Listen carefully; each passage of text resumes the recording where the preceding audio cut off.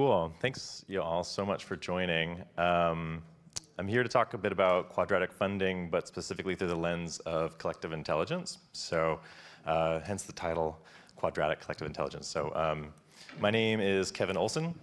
I'm a workstream co-lead of Passport and Grant Stack, and the Gitcoin DAO, I should say. My past experience is at some impact startups. I did my time in the wilderness at some enterprise groups trying to help teach them how to write some software, and then a software engineer myself. So maybe some of you know Gitcoin through our grants programs or some of our products. Wanted to just quickly share this if folks aren't familiar with it. Our vision at Gitcoin is inspiring a world shaped by community-led positive change. And our mission is creating technologies and opportunities to enable communities to fund, build, and protect what matters. So we've kind of shifted a little bit away from just being a grants-only platform, and hopefully you'll understand that at the end of the day what that means. So the problem. Everything is a capital allocation problem, I think, kind of from our point of view. And where I wanted to sort of take this is around collective decision-making. If you look at a grants program, you're often looking at a small committee who's trying to come to some kind of consensus around where to allocate funds.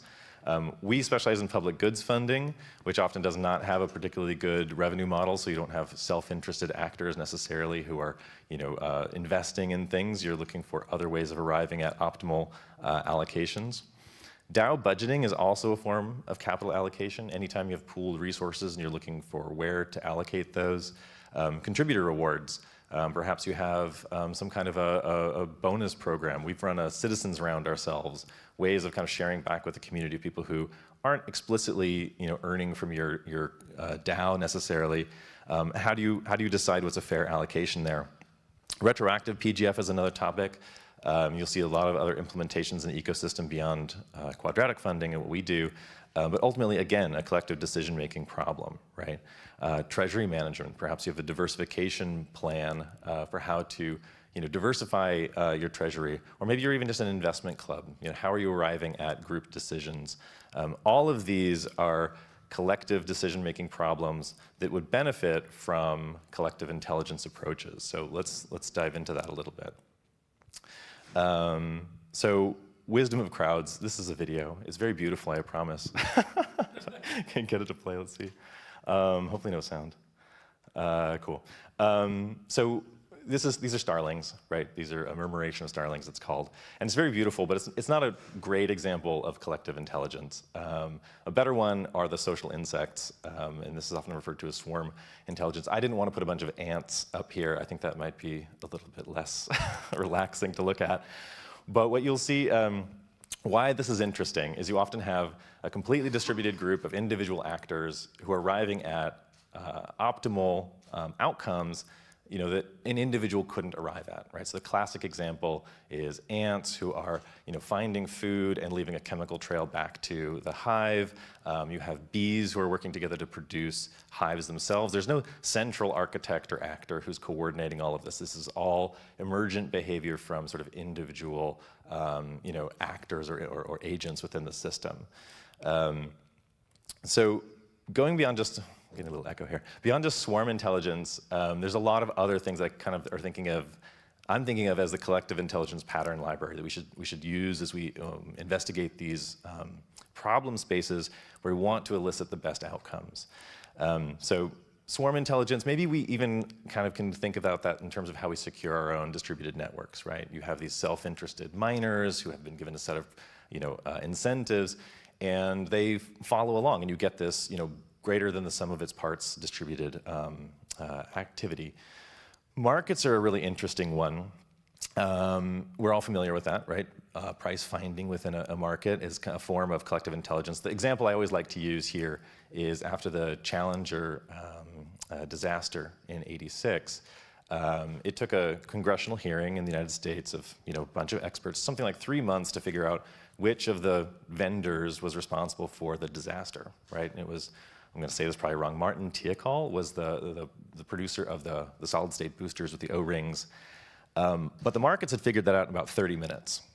So if you compare what a huge distributed group is able to analyze and look at, they were quickly arrived at that and priced that into the stock price of that particular vendor, dropped by 12%, and that stayed all the way through the congressional hearings until finally the fines were levied against them.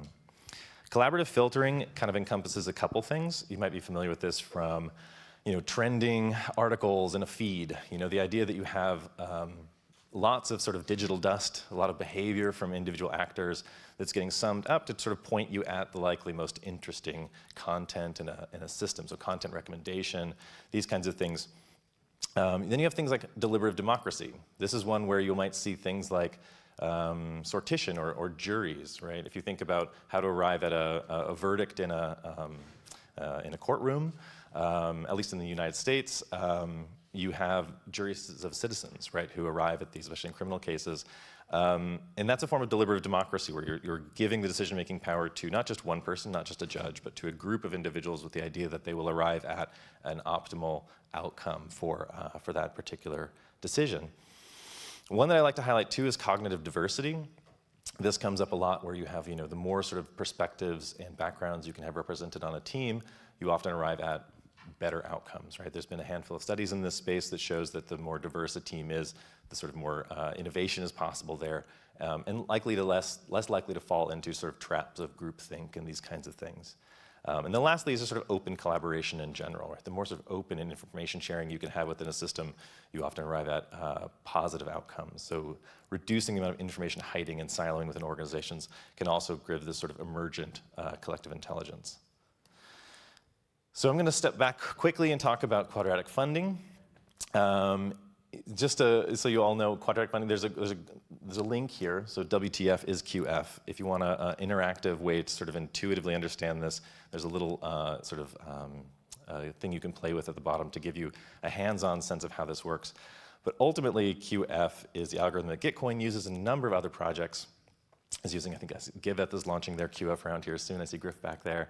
So QF is good, and everyone should be using it. That's kind of maybe part of this talk. I'm getting the battery warning. Watch out. I think I'm going to make it through the talk. Ultimately, what you're doing with QF, though, is you're treating donations, sort of amplifying the ability of a funding allocation problem through direct donations from a community, and treating those donations like votes, right? But you're amplifying the broad group, not just the large donors. So you're looking for sort of the popularity of a project through the number of donors within it. I'm not going to put the formula on here, but it's the sum of the square root of the individual donations squared. But what that looks like is many small donors having more power in the system than a single large donor. What I like about this, we actually have our first research fellow, Joel Miller, who has been researching this and sort of innovations on top of QF for us. And his take was this, I'm going to read it really quickly, is that it's not just an algorithm, quadratic funding, QF, is not just an algorithm that Web3 communities like because it's because of its appealing mathematical properties, but folks also like QF for more intuitive reasons. People say they like QF because it's egalitarian, democratic, or empowering. So based on Joel's qualitative research on the topic, it seems to me that QF serves as a mirror for the community's values. The community co-creates an implementation of QF, sees if the outcome matches their intuitive idea of what should be happening, and then adjusts accordingly for the next grants round. So maybe just a little bit about QF at scale, what we've done. I'm going to just quickly blast through this. We have some great numbers, but one of the most important things that I think here is the one in bold there, is that if you look at all of the grantees from the past few years that have come through, a lot of those have gone on to become very valuable companies, right? And if you look at this idea of many, many grantees coming through the system and the sort of Gitcoin donor community, bootstrapping these projects, these open source projects through donations and steering the matching funds at them.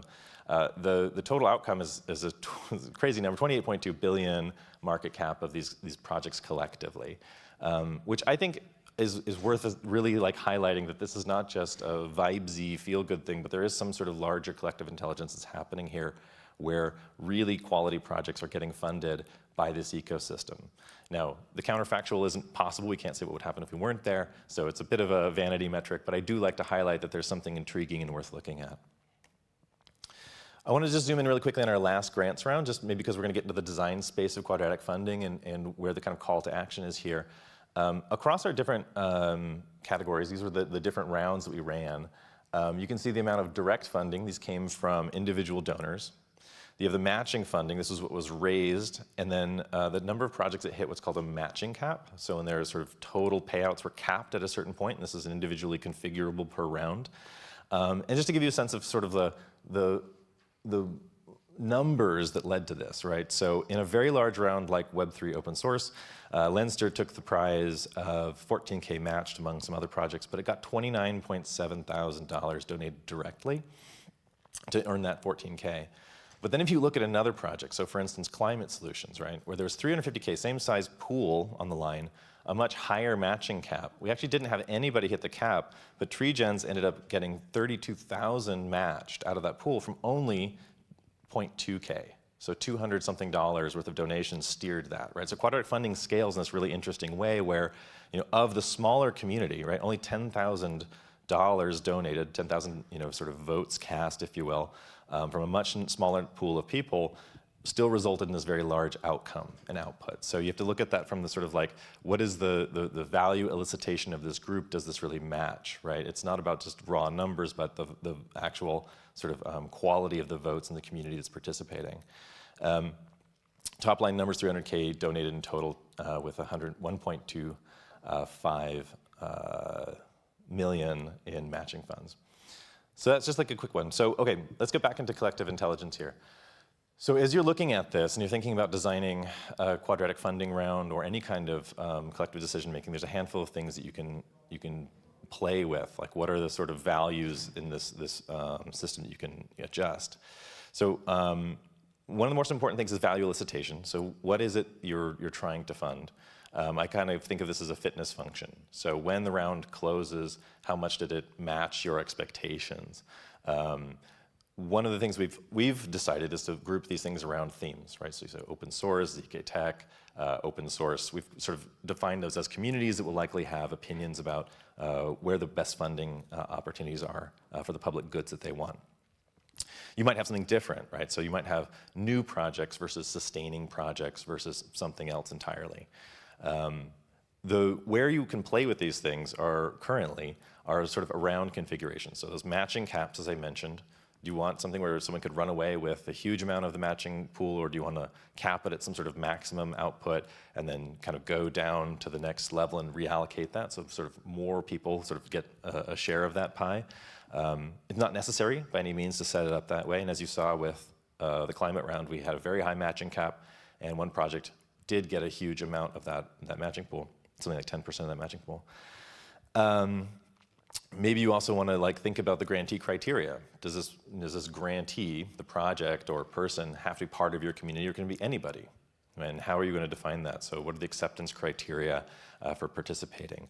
And then also, how long are you going to keep these applications open for? Is it continuous? Is it time limited to 2 weeks or something like that? And then how long is the voting period? And this is, again, when you're really I'm kind of anchoring you on the Gitcoin sort of view of the world as a quadratic funding round. But there's other flavors we'll get into too, which go beyond this. Next one I think is the most sort of interesting one is also ballot presentation. When you think about, you go to explorer.gitcoin.co and you pick your grants, how are you making that decision? Right now it's very rudimentary, right? Our last round was a beta round. It was just really just proving the decentralized stack kind of at some more scale. But you have some real options here. And if you look back at what we were doing in the past, we were surfacing things based on popularity. So who was raising the most money in that round at that time, or giving people estimates of their matching, which would sort of encourage you to donate to projects that were already sort of successful in the round. Your dollar would steer $10 versus a brand new project that hadn't received very many donations. Your dollar might only steer $2 or something like this, and sort of encouraging various behaviors, right? So we were creating some kind of mechanism that was leading people towards certain kinds of outcomes, right? Which was driving people towards generally sort of a popularity or an ability for a project to muster its community to drive their project to the top. We've also experimented with community staking, so projects could have kind of an open sort of address on a staking contract, and people could come in and stake to indicate their sort of conviction, or conviction voting is another term you'll hear for this, that this is a known good project, you should probably donate it to it too, as well as various kind of curation things. We've had collections and various techniques in the past that let people signal, like, this collection of 3 or 4 projects is legitimate and I support them. And then you have people also like, Carl and others who do some analysis that say, these projects are very active.